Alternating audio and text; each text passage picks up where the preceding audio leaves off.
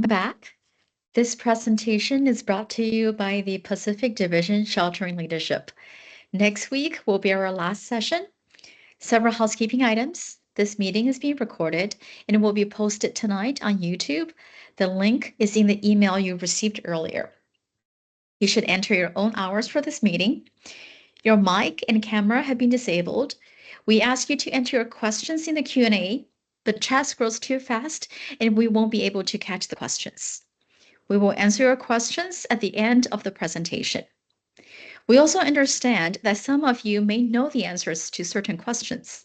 However, we kindly ask you to allow our presenters the opportunity to respond as they have prepared insights specifically for this session. Feel free to use the chat to say hi to each other. I'd like to welcome today's presenters. We have Cynthia and Linda. Cynthia has been a volunteer with the Central California region since 2010. She is the Pacific Division Shelter Resident Transition Lead and also a shelter manager. Linda has been a volunteer with the Cascades region since 2017. She's a shelter manager and the Mass Care Regional Program Lead. Before we start with today's session, I'd like to remind us our 7 fundamental principles: humanity, impartiality, neutrality, independence, volunteer service, unity, and universality. Cynthia and Linda, please take it away. Thank you, Yiwei. We so appreciate being here. I am going to come off camera and show you my face. I hope that it is not working. And Linda is with me. Yiwei, I do not have control. There we go.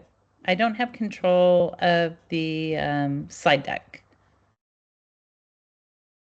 It seems like Linda does. Okay, great. Thank you. Linda. I'm sorry, I grabbed it. Okay. Do you mind going forward just a hair and coming on camera and just, hi, I am Cynthia Fisher. I am from the Central California region. I have been with the Red Cross for 15 years. I love mass care and sheltering, and have operated in supporting sheltering, managing as a HQ, as shelter site manager, and I've worked my way up from being a shelter service associate working at the registration desk. So hopefully we can bring some great news to you. Linda?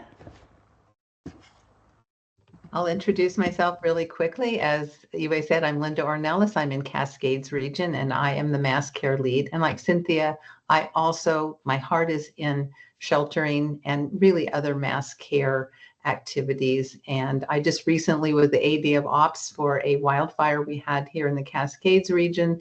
And I have learned a lot, and I really hope that we can share some good information with you tonight. Thank you, Linda. And we will move forward. I'm going to roll off camera so you can focus on the slides because I know I'm distracting you. So here we go. Tonight's questions and answers are all based upon the principles of sheltering, why we shelter, and how challenging situations, security, and safety applies to sheltering. So we hope tonight's data, the information that we bring, the resources we share with you will help you walk out into a shelter and become more knowledgeable, more secure in answering the questions and dealing with difficult situations. Linda, thank you. So few activities are more central to the core of the mission that we have at the Red Cross. We're recognized as a symbol of refuge, and the opportunity for us to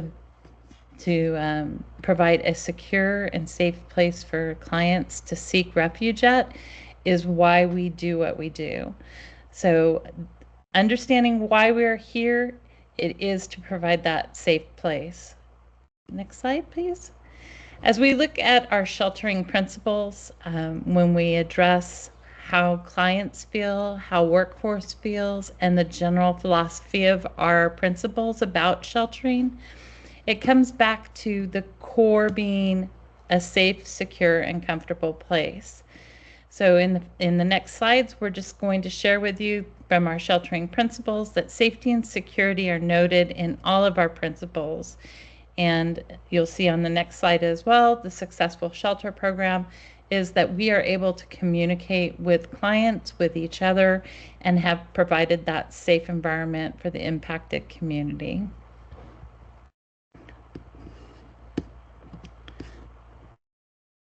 So I'm going to now start into some of the what we do, when not just why we do it, but how we do it.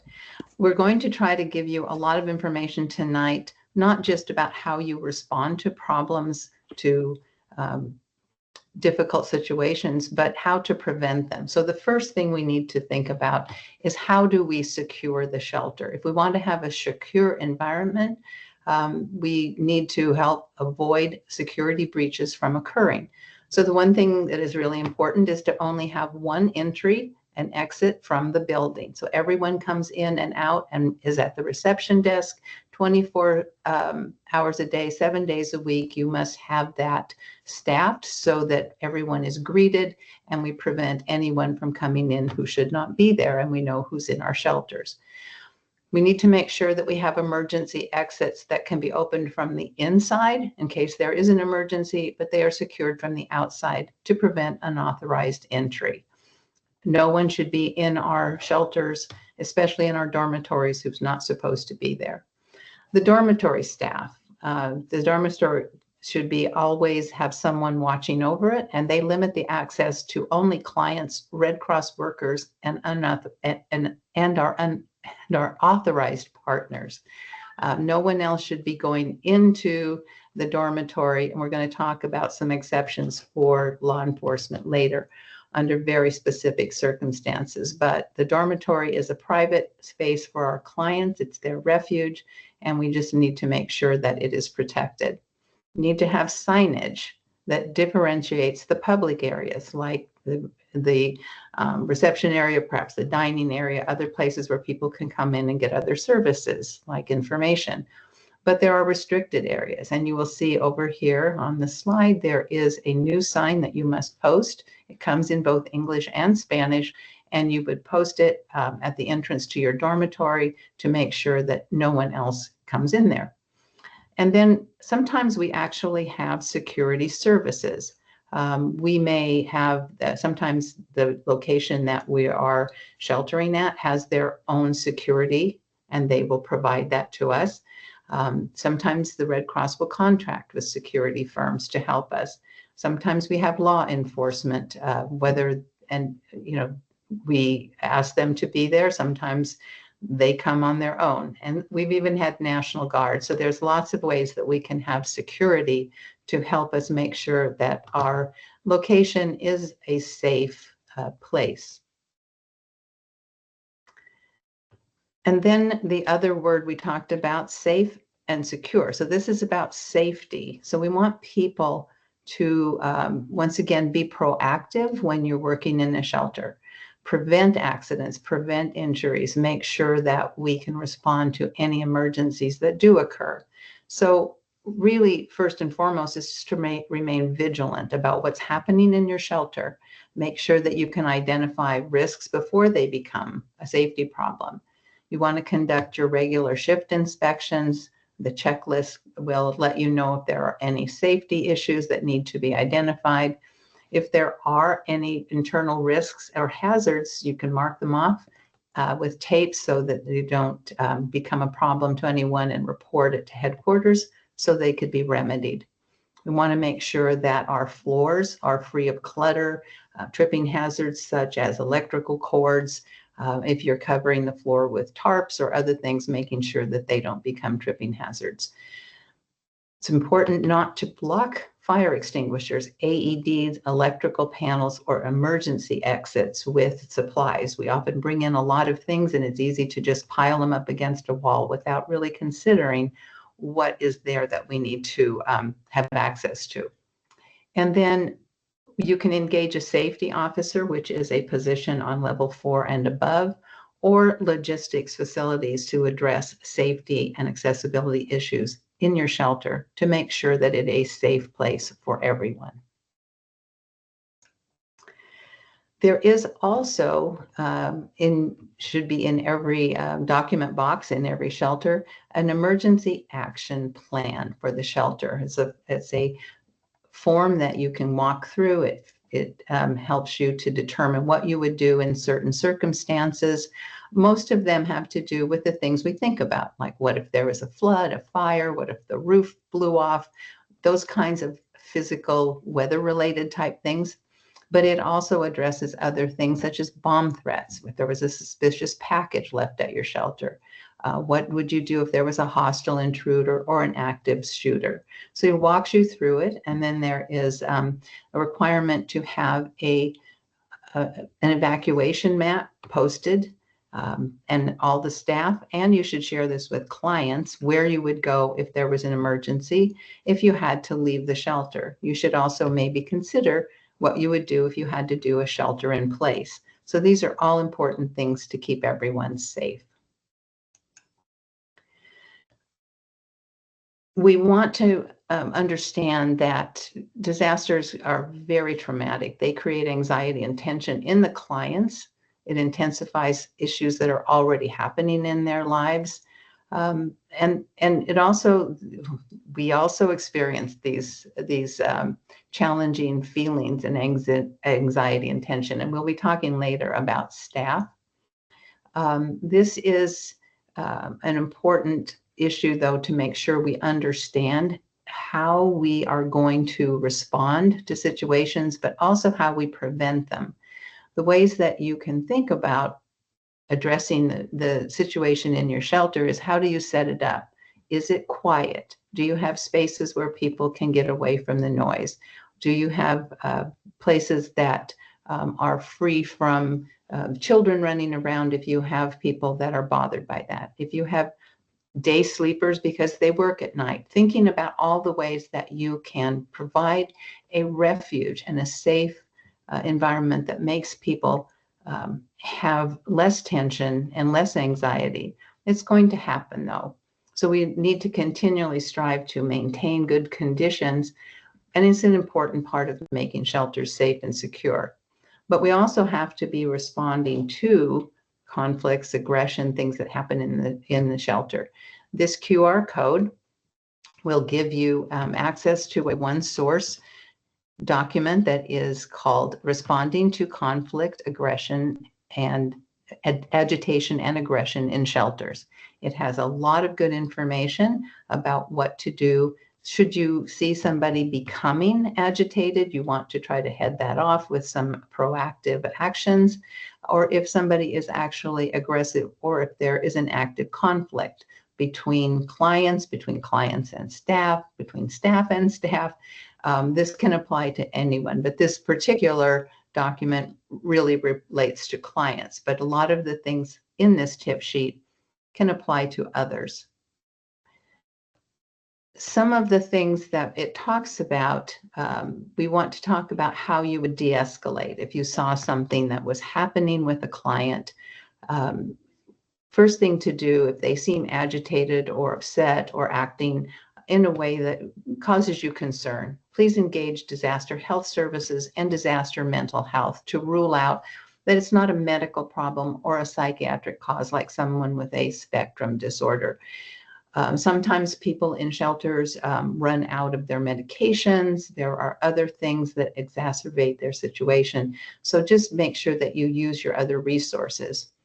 When you're dealing with a person who is agitated or in conflict, be calm, use a controlled voice, keep your body language open and your motions slow. Many of you have probably heard of the de-escalation technique called low and slow.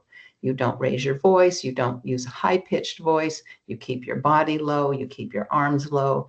Anything that feels threatening to the other person can make the situation worse. You can ask some open-ended questions like, you seem upset, how can I help you?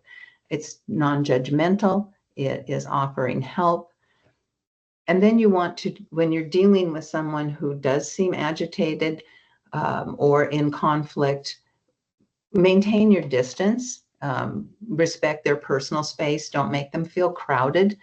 And also make sure that someone is watching you. It's important that one person deal with the situation, but other people should be, other workers should have eyes on you so that you are not in any danger. And you can use silence. Sometimes just saying, let's take a moment to think about this. Or maybe you just be quiet and don't talk and just kind of let things occur. You want to give choices if possible. You might want to say, it would be good for you to go back to your cot right now and rest. Or you might, you can give them the opportunity to, if they're very upset about the shelter, that they could leave the shelter. You can set limits on what clients do. Their behavior in a shelter is really is something that we have to manage. And when people act out in ways that upset the running of the shelter and the peace of the shelter and the safety of the shelter, it's important that we deal with it. If you have two people or more in a conflict, you need to separate them and have them talk to separately and do it privately. Make sure that whoever is talking to them is doing this within eyesight of others, and so that you're never isolated with a person who is very agitated or in conflict. It's really important for your safety, but it also gives them, if you're dealing with them privately and separately, it gives you the opportunity to treat them with some respect, and it does help to de-escalate things. Some things that you should not do. These are listed in the tip sheet along with a lot of other information. One of the things you don't want to do is to match their energy. If they're very angry, please don't become angry as well. If they're shouting, talk slowly and lowly and softly and quietly if you can. Don't crowd them or close them off. People need to have a way to feel that they could leave the situation. You always want to leave at least a 45-degree angle so that they could go to an exit. If they do try to leave, don't follow them. Let them get away. If somebody wants to leave the shelter or the location where you're at, you can let them go and deal with the situation later if they come back, but don't try to follow someone and put yourself in any danger. Please don't get into a debate. If their concerns are about shelter policy or something that has happened, just listen. This is not the time to try to argue with them or defend or explain. It's a time to really try to settle things down. And then don't respond directly. If they're making claims that such and such happened, don't argue with them. Don't try to say, well, I don't think that happened. You're just going to listen. And then don't try to go into fix-it mode. Don't try to immediately solve the problem. We are all problem solvers, and that's a really hard thing for us to remember. But we just need to let the situation settle down so that things can calm down, and then we can deal with the actual issues. So there are times, however, when things escalate to a point where we're not able to handle a situation and we need to get help by calling 911. So if there are any cases in your shelter where there is violence toward another person, threats of violence, or someone's threatening self-harm, you should call 911. This is an emergency and you do not want to put them or others in any danger. The shelter site manager and the shelter shift supervisor should be taking accountability and responsibility for addressing this issue, but letting them know that this is happening, and they will probably tell you to call 911 while they take charge. If somebody needs to be removed from the shelter, that is not a decision made lightly. Sometimes the police will decide, law enforcement will certainly say this person is going to have to leave the shelter, but it's a decision that we would make with the shelter site manager. We would consult with disaster health services, mental health, and law enforcement to make sure that the person is safe and that we are all safe. And then the site manager or the shift supervisor should immediately contact the headquarters sheltering manager to let them know that this situation has occurred and keep them informed of what is happening. So I mentioned law enforcement and when we call them. So we try to make sure that we work with law enforcement agencies because they are important partners with us. We provide shelter in accordance with our fundamental principles and our core values that were explained above. But we want to make sure that our shelters are free and safe from criminal activities and violence. And so we follow all applicable laws, and we also follow our own procedures. So we want to involve our law enforcement partners when we need them. And we'll talk in a moment about what those situations might entail. But there are situations, of course, where the presence, the location, and the actions of uniformed officers can negatively impact the sense of security of disaster survivors who do not wish to interact with law enforcement and who are not subject to a valid arrest warrant. They may not want to come. It would limit their access to or denial of Red Cross services. So when we set up our shelters, we want to have safety around and we want to have security. And sometimes we ask law enforcement to be present. But if they are parked outside, if they're standing with their uniforms and certainly if they're armed, this can cause a lot of people to just simply say, I'm not going there. This is not a safe place for me or my family. So we have to balance the concerns of making the shelter safe. So one of the things you can do is to say to the police, instead of being here all the time, unless we have asked them to be at the shelter all the time for some particular safety reason, you can say, why don't you do drive-bys every so often? Why don't you come check on us several times a day or every hour? We often do that, especially at night, but having armed officers in uniform is very, very difficult for many of the people who need our services. So if law enforcement does arrive at the shelter and we have not contacted them to ask them and they just show up, all encounters with them would be done by the shelter site manager or the shelter site manager on duty. And this is a balancing act. If you're in those positions, you have to have the appropriate cooperation with law enforcement to ensure the safety of the survivors and the members of the workforce.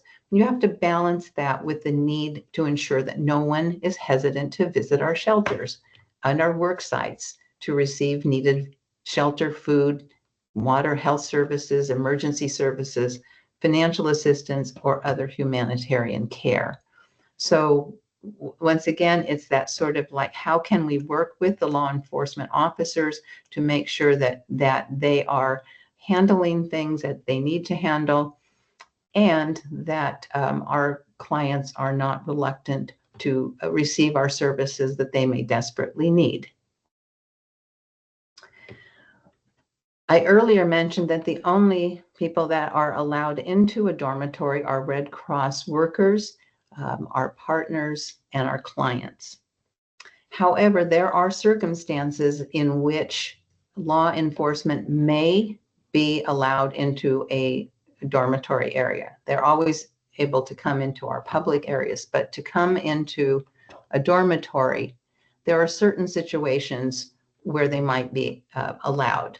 And the shelter site manager should not consent to them coming in, except in certain circumstances, such as we have called them or the facility owner has called them to check out the safety and security of the site. If we have contacted them and requested their help because we suspect some criminal activity, or there is actual or threatened violence in the shelter and we have requested their assistance. We have contacted them because we are aware that a registered sexual offender is present in the shelter. And when we have unaccompanied children, we contact, as one of the steps in unaccompanied children procedure is to contact law enforcement who will help us to reunite them with the legal guardian. And sometimes in certain areas, they can come and assist us with clients who need to store a firearm or a weapon and don't have another place to put it.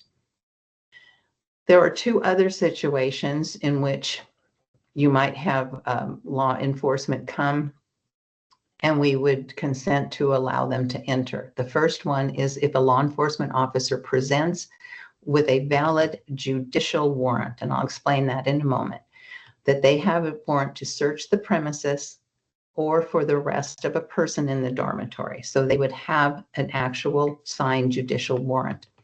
The other one is if a Border Patrol agent comes to your shelter within 25 miles of any geographic border of the United States, and that includes a coastline. So if you're in the Pacific Division, other than Idaho and Montana both have Canadian borders. So I guess we all do have some areas that are within 25 miles of a geographic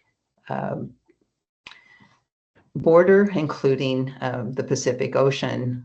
So they can come, and it's very different. Law enforcement in the situation, the law enforcement with the judicial officer, that includes local, county, state, or federal officers, including immigration and customs enforcement, which is known as ICE. So they can come in with a signed judicial warrant. Customs and Border Protection have a lot of authority at the border or ports of entry. They can search people or belongings without a warrant. They can search luggage, vehicles, even phones under some circumstances. Rebecca Marshall. Because the border is considered a special zone. So they do not have to have a warrant. They operate under a different, very broad warrant. So they're not going to present you with a judicial warrant. But if they come to your shelter and they are a Border Patrol agent, you can allow them to come into your dormitory for their purposes.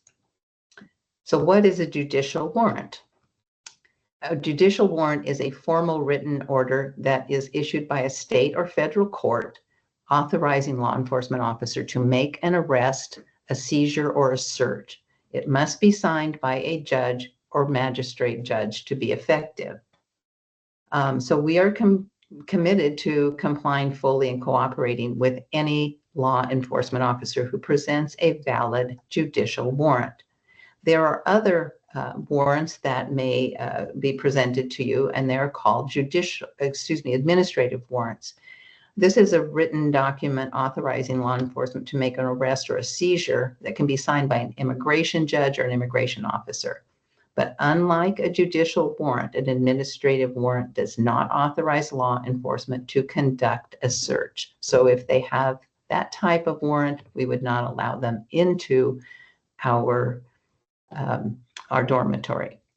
This is a QR code for the Doctrine Bulletin on law enforcement in Red Cross managed shelters. It goes into great detail about what you do if you are presented with a judicial warrant, what the site manager needs to do. It's quite detailed. We don't have time tonight to cover all of that.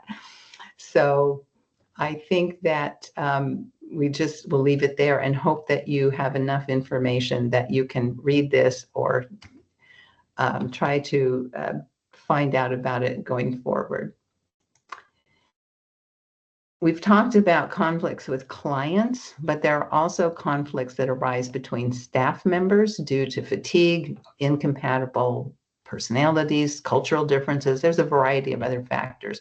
When we are working in shelters, we're all very stressed. We're all subject to dealing with the trauma that other people bring to the site. And so it's really important that we try to mitigate those situations. We want to make sure, if you're a shelter supervisor or site manager, make sure that your people are taking their breaks. They're getting enough rest. They're getting food. They're getting hydrated.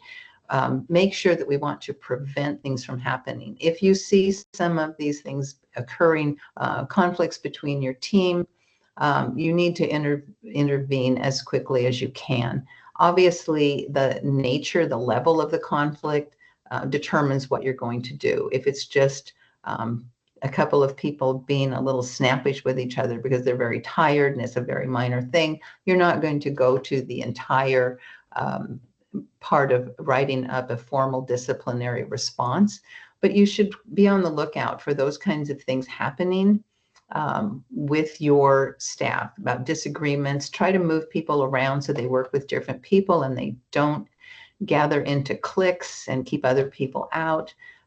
Those are the kinds of things that are preventative and can help you not have these conflicts with staff. But there is a process that you should know if you are a supervisor, and you learn it in supervisory classes, how to deal with a disciplinary issue if it becomes very serious. And there's a resolution process. But anytime someone comes to you with a complaint, you really need to take it and deal with it and not just brush it off. And you need to document all conflicts and the actions taken in a manager's log. This QR code is a tip sheet saying managing shelter staff conflicts. And unfortunately, we have to have such a document because if you've worked in any work site, you probably know that things do happen. This is a little bit out of order, but it's about responding to a search warrant. You just need to make sure that when an officer comes in, somebody at reception, and somebody, whether it's the site manager or the person at the reception desk, identifies each officer, puts their information, their business card, their identification, their names into the shelter log, getting their names and their badge numbers. The site manager is going to do a lot of other things like photographing the pages, and we're not going to go into all that. And I'm now going to turn it, I think, over to Cynthia. Oh, no, is that right? Yes. Oh, no, I guess I'm still doing this one, sorry. Law enforcement can also come in occasionally and ask for client information, confidential information that is personally identifying, which we call PII. That's why we use SCIA, and we do not write any information, name, address, phone number, any identifying information about a client outside of SCIA. SCIA does not live on your phone. It does not live on your laptop. It is out there in the web. It is a web application, and so you don't need to worry that they're going to try to take your phone and look at your data. But in general, we consider client information to be confidential, and we do not share it, whether it's about an individual or aggregate information about shelter residents, with law enforcement, unless it is part of a judicial warrant. So it is really important that we try to make sure that we're not disclosing this information without without the legal rationale to do it. Without sharing confidential information, however, we should help law enforcement to find missing persons, to help reunite families through our reunification efforts, to identify sex offenders when we are understanding that someone in our shelter is a registered sex offender, and to accomplish other activities that are consistent with the Red Cross mission. So we just make sure that we do not release information except necessary to avert a threat or protect the health and safety of the residents or another person or the community.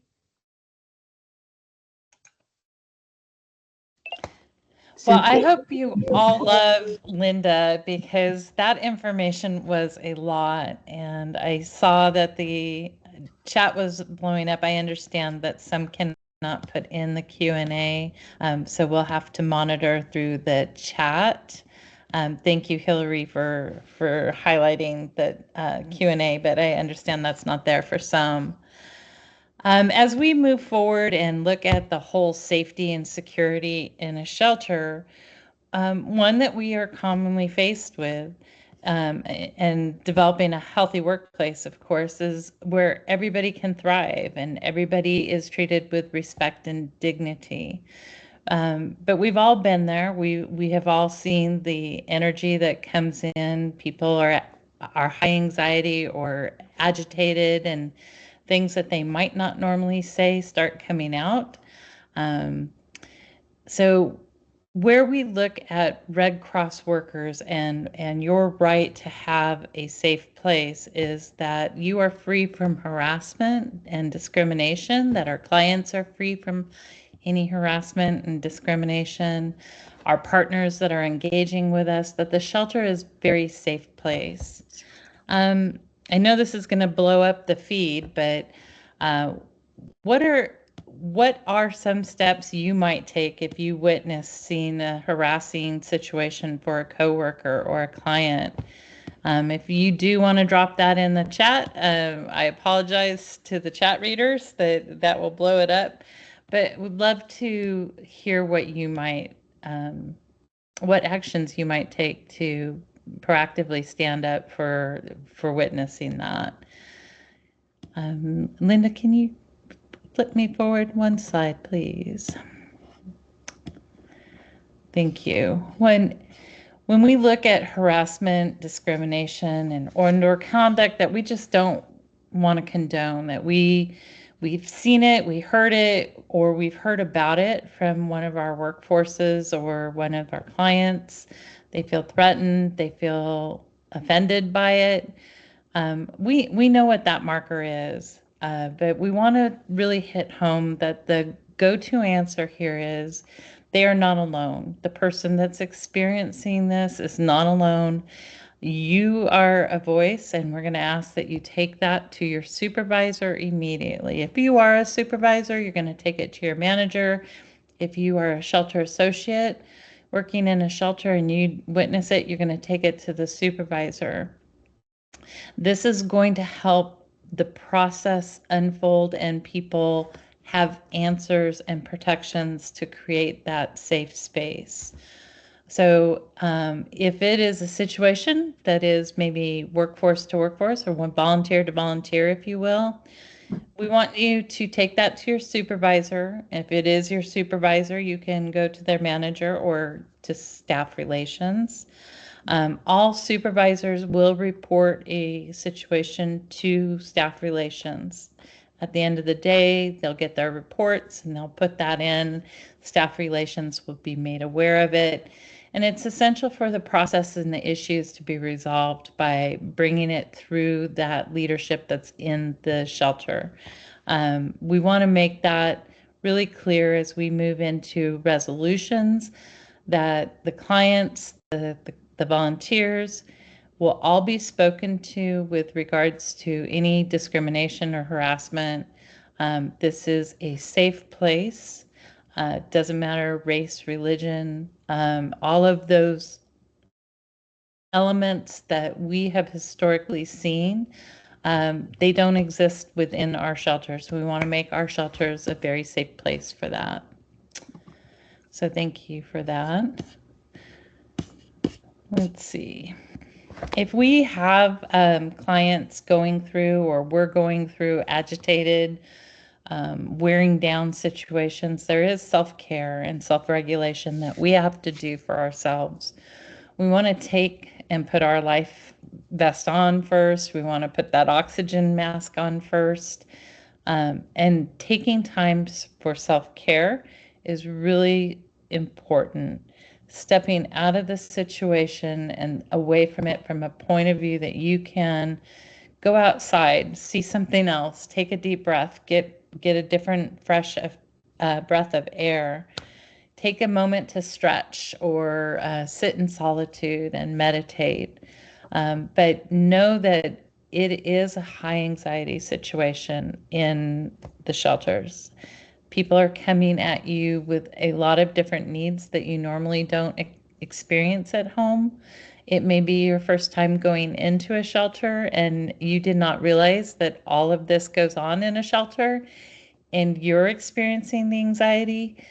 It's okay to not be okay, and it's okay to say, I'm feeling bad. I'm feeling not okay and I need assistance. And we want you to know that it's okay to take that space as a shelter worker or as a supervisor to to get alone, get space, talk to a disaster mental health worker, talk to a supervisor, and make sure that you are replenishing you before you go back into the situation.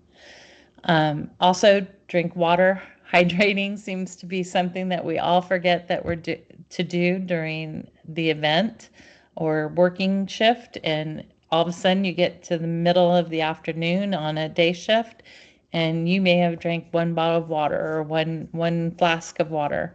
So remember that you have to take care of you to give good to others. And no, you cannot, Zane, and I won't repeat that, but no, that's not the right answer. And Linda, the next slide, please.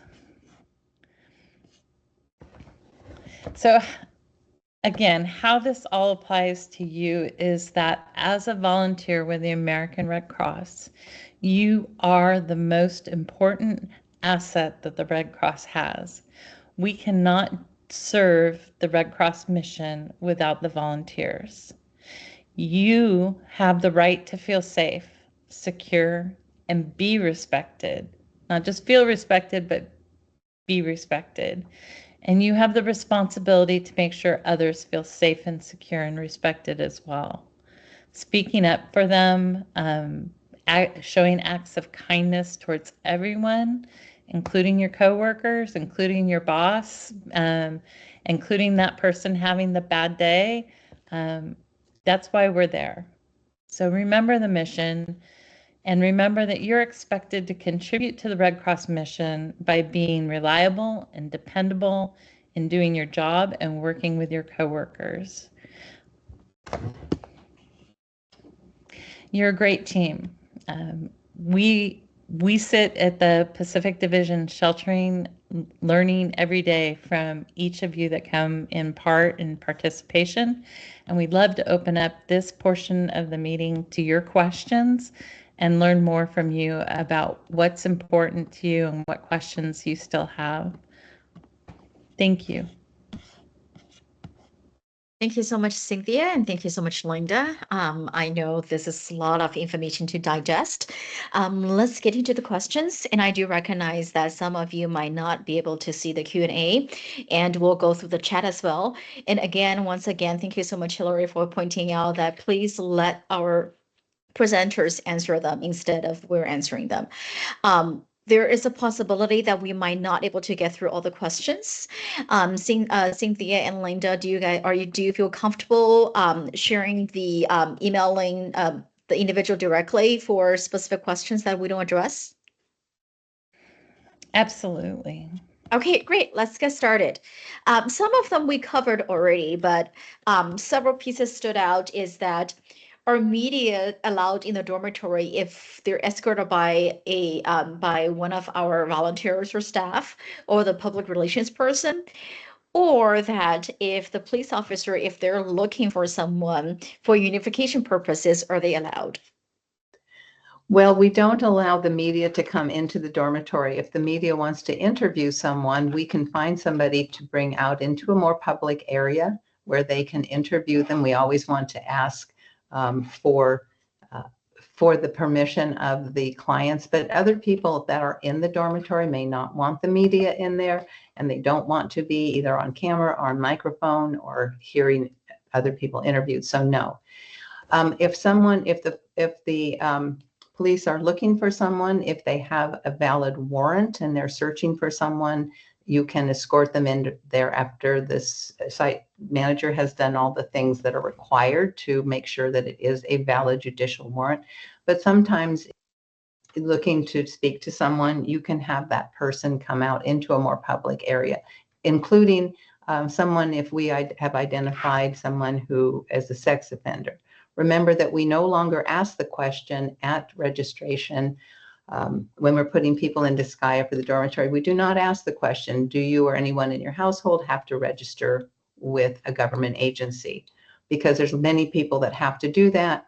If people self-identify as a sex offender, then we know that and we keep them probably not going into the dormitory yet, and we would have them wait somewhere safely where somebody is with them. But we don't, the dormitory is not generally a place where we're going to allow other people to do business unless we have invited them in or they have a valid warrant. Thank you so much, Linda. And I have a follow-up question. We talked a lot about ICE. We talked a lot about law enforcement, other agencies, etc. As a shelter supervisor, as a service associates, what additional support do we have from our own team, from our colleagues, whether it's disaster mental health or whether it's the headquarters team that they can support us? Are you asking how they could support when those agencies arrive, when agents from those arrive? Yes. So the question came from that I imagine that if this is my first time deploying to a shelter and suddenly I have police officers showing up, I might not know what to do, and my supervisors might be tied up with other activities. So what support do I get from the headquarters or from our disaster mental health team? The supervisor or the site manager they can't be doing anything else that's more important at that moment than coming to the entrance to talk to the officers, to welcome them, to get their information, to see if they have a warrant. That would be job one. It can't be that you say, oh, my supervisor is helping somebody do something else right now. This is really important that the site manager or whoever is the most senior person on duty in that shelter comes to reception. If you are a brand new worker in a shelter and you are put at the reception desk, that's the place where you would encounter them. And you just need to say, excuse me, I'm going to contact my supervisor, just wait a moment. We do that for a lot of other things too, not just for police or law enforcement. If media shows up, if the governor shows up unannounced, you're going to immediately get your shelter supervisor or site manager. You're not expected to handle those situations alone. And you just welcome them, greet them, and have them wait until someone can come to help you. Thank you so much, Linda. So what I'm hearing is we're never alone. Even if we're field promoted to a supervisor, even if it's our first time serving as a supervisor, we still have our colleagues to go to, and we still have our headquarters personnel to go to. The next question is, will the Red Cross get scanners for people entering the shelter so their backpacks can be scanned for guns, knives, etc.? That is not something I have heard of, and I don't know that's an expectation, but we can ask headquarters if there would be any situation in which we would do that. It would be quite expensive to put them in every shelter since we have hundreds of shelters open at any given time. Thank you so much. So what I'm hearing is that it's not a Red Cross policy. And Cynthia, you have your mic off. Do you want to add something to this question? Oh, no, just sitting here with it off, reading all the great notes. Thank you. Okay, next question. When armed persons demand and force entry to a Red Cross shelter, do we call the local law enforcement that we have armed person forcing entry to our security area? Absolutely. Whenever there's an intruder of any sort, armed or unarmed, you are going to call 911. Thank you so much. And can you talk a little bit more about the emergency plan? Are we able to articulate that in our emergency plan as well? Yes. The plan does talk about intruders, and I think it called them hostile intruders. And yes, and it walks you through all the steps to think about and what you would do. And so it's a good document. You can find it on one source. If I can add here, as a shelter service associate, learning that there is this document, there is this plan, having familiarity of it is a responsibility of each worker that's there. But don't be afraid to ask your supervisor or the manager to help walk you through it if you've never looked at it before, don't understand it, or haven't been familiarized with that shelter's plan. Make sure that you do become familiarized with it, because you will assist in executing the plan should any situation evolve there in the shelter. Thank you so much. And I'm seeing a few questions on, do we have to let people in? Do we have to be nice to law enforcement, etc.? I do want to emphasize our fundamental principles of impartiality and neutrality. Linda, do you want to address any of those? Well, we're always nice to everyone is what I would say. I mean, we will be polite and welcome everyone. When you're saying, do we let them in? They can come in like anyone else to the public areas of the shelter once they identify themselves and what they're there for. If they have a warrant, then yes, we need to allow them to be escorted by the shelter supervisor, site manager into the dormitory if that's part of their search area. But we don't impede law enforcement in any way, shape, or form. If law enforcement of any agency comes in and attempts to, barrel through past us, we are not going to impede them by touching them, by putting our bodies in front of them. You're going to call immediately to the headquarters.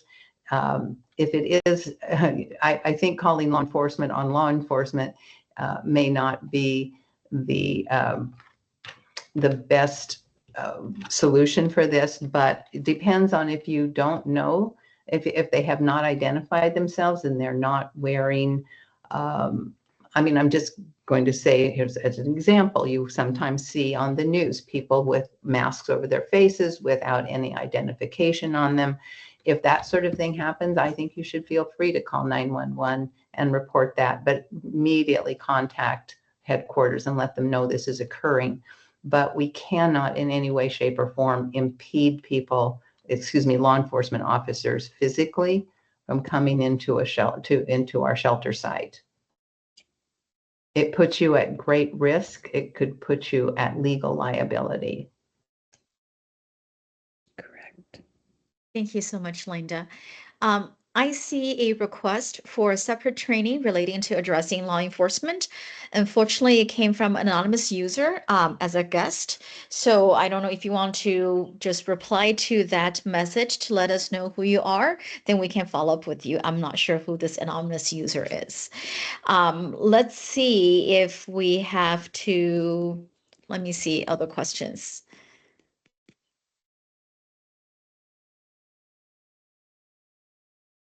So Zane mentioned FEMA has a great active shooter training, and you need to register for account, and then you can get a completion certificate. Cynthia and Linda, am I missing any questions that you can see through the chat? I'm seeing one from Kevin. He didn't have access to the Q&A. You had a situation where a client insisted on coming back into the staff area, and you later found out that the person had volunteered as an EBV. Yes, event-based volunteers, or EBVs, are considered part of our volunteer staff, whether it's a partner organization or it is a client that has signed up, registered, and passed the processes. We would include them as part as our staff. So each shelter should take that into consideration, how many EBVs, where they're coming from, and make your staff area appropriate for refuge for those people too, to take breaks and have access to waters, things away from the clients. Yes, it's really important that we fold the event-based volunteers into our workforce. They come to help us. They also pass a background check. And so if you see someone in your shelter and you're not sure who they are, ask them and find out. And if they are an event-based volunteer, welcome them. Yeah, and then Joseph Sanchez, thanks for that. Yes, we really like how we're in control of the safety of the client at the shelters. It is really important, and working together and having that safe environment for both workforce and for clients makes for really great shelters. And you'll see that out of your shelter supervisors and site managers when they put all of these into play. As a team member, you're going to have that flow, and it's not only going to feel good for the clients, but it will feel good for the staff too. Thanks for bringing that up. Thank you so much. And I see that we have some technical challenges. Some people, they're not able to see Q&A. Some people, they're not able to see chat. I'm not sure what causes this technical challenge, but I'm glad that we're able to work through both.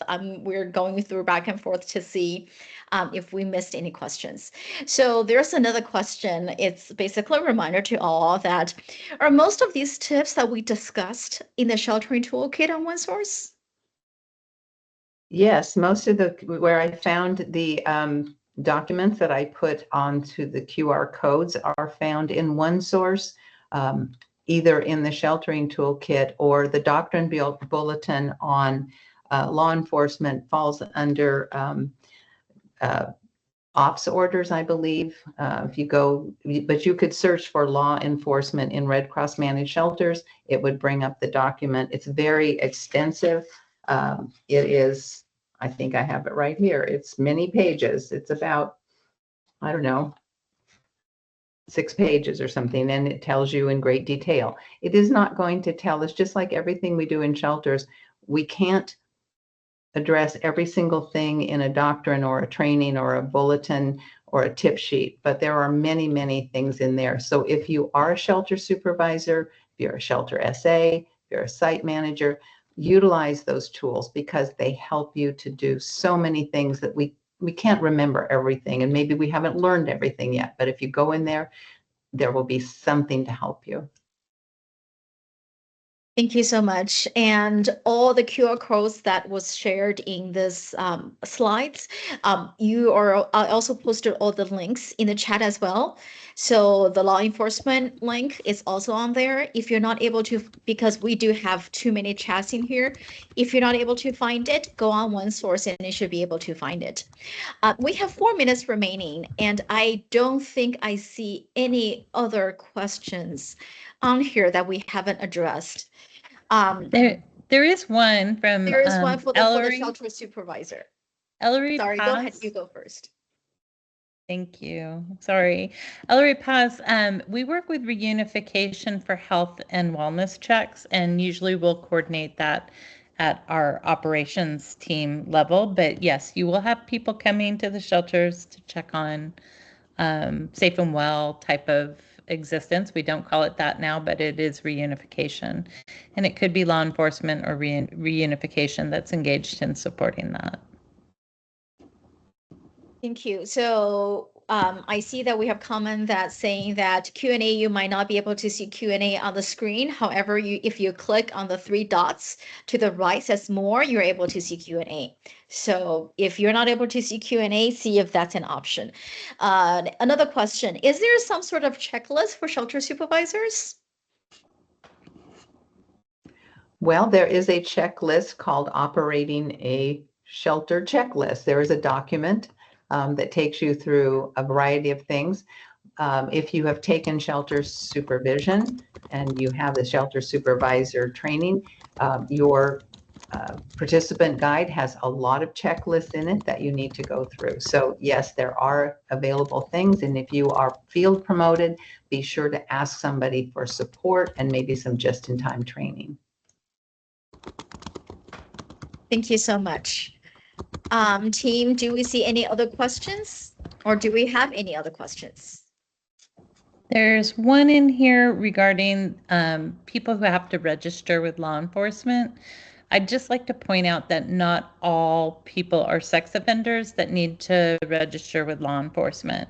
So keep that in mind as you flag somebody to work with the manager. They're not all tagged in one way, and not all people have the same violations, if you will, or restrictions. And so your managers will work with to clarify that for everybody's safety. And of course, we take that very seriously at the Red Cross. And there is a tip sheet called Persons Legally Required to Register with Government Agencies, and it walks you through all of the various things that you can and should do, and it's very helpful. So there's another tip sheet for that. And it is not just, there are many people, as Cynthia said, who need to register with the government who are not sex offenders. And that's one of the reasons we don't like to ask that question anymore, because if you say you have to register because you're going to immigration court or you have some other reason, we don't want to discourage people from coming in and receiving our services. Thank you so much. We have comments said this is really, really great. And they have an early morning shift tomorrow. And I think we will prepare them for tomorrow's shift. I do not see any. Another follow-up question was, is there any liabilities if we're not asking clients to register? Kevin, because we're at 6:30, I would refer you to the tip sheet that we talked about on OneSource. And thank you so much, Cynthia and Linda, for presenting today. Lots of topics, lots of good information. And remember to go onto those links that we sent, and remember to enter your volunteer hours. We'll see you next week for our last final session. Same time, same link, and we'll see you next week. Thank you so much. Thank you. Thank you all.